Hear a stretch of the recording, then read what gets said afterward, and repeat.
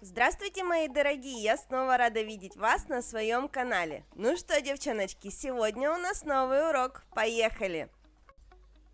Сегодня я предлагаю нарисовать очень модный в этом сезоне зеленый принт на белом фоне.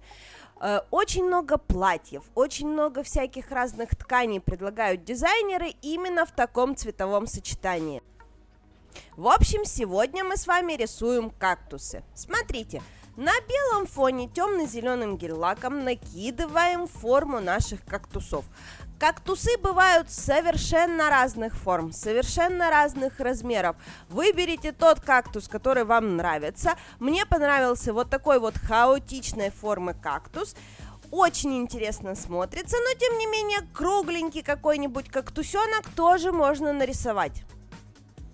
Дальше мы начинаем работать со светотенями. Смотрите, кактус имеет округлую форму, поэтому мы затеняем ему оба бочка. Только один бочок мы затеняем ему больше, потому что именно этот бочок находится у нас в тени, а второй совсем немножечко.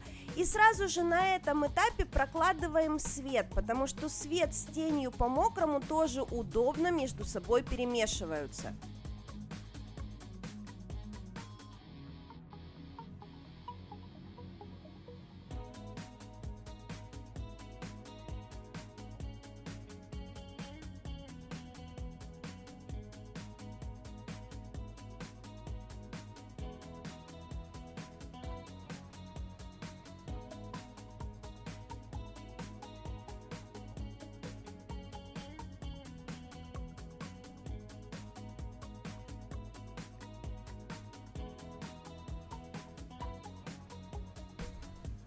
Светом тоже стараемся подчеркнуть именно вот такую вот округлую форму нашего кактуса.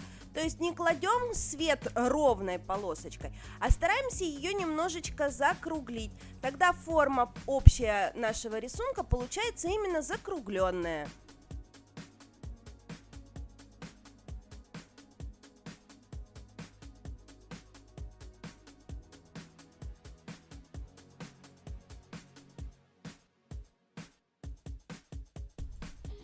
Ну а теперь все самое интересное, что же заканчивает наш дизайн. Прорисовочка. Девчонки, я здесь немножечко убежала из кадра, отвлеклась, увлеклась и не заметила, что я рисую не в кадре. Но, собственно говоря, здесь все интуитивно понятно, и этот кусок я вам оставляю именно для того, чтобы вы посмотрели набор краски на кисточку, потому что это безумно важно. Как набирать краску на кисть для того, чтобы рисовать тонкую линию. Обратите на это внимание, обратите, как я работаю с краской. Ну а дальше будет видно, что же конкретно я прорисовываю. Итак, обводим наши кактусы по кругу. Делаем, чтобы границы нашего дизайна были ровненькие и чистенькие, потому что когда мы там махали крупной кисточкой, у нас остаются какие-то там неровности. Вот именно эти неровности мы скрадываем черной красочкой. И рисуем иголочки на кактусах. Иголочки у нас растут совершенно в разные стороны, совершенно хаотично. И главное здесь сделать это тоненько. Тоненько и постараться все-таки так, чтобы иголочки были приблизительно одного размера. То есть не надо тянуть иголки на всю оставшуюся поверхность типса. Они все-таки коротенькие, очень маленькие. Хотя, конечно же, есть сорта кактусов с очень длинными иголочками, но не в данном случае.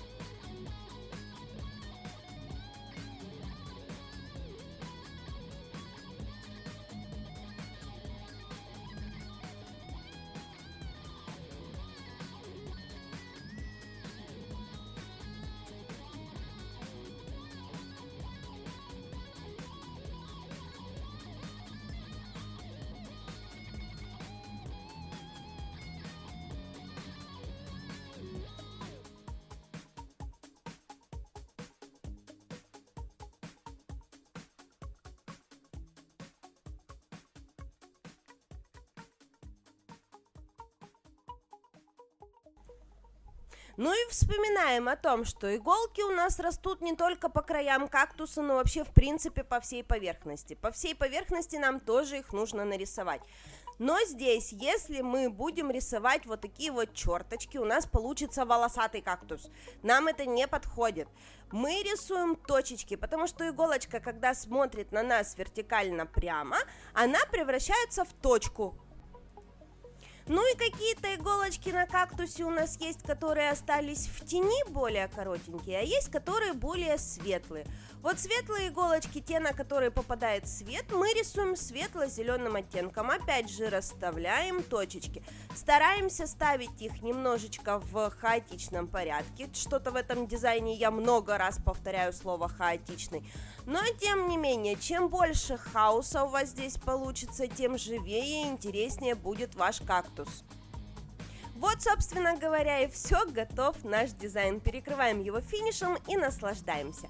Это первый дизайн из серии зеленых дизайнов. Завтра я вам выставлю второй. Поэтому, кто не подписан на мой канал, обязательно подпишитесь, потому что завтра будут листья монстеры, и это будет просто потрясающе.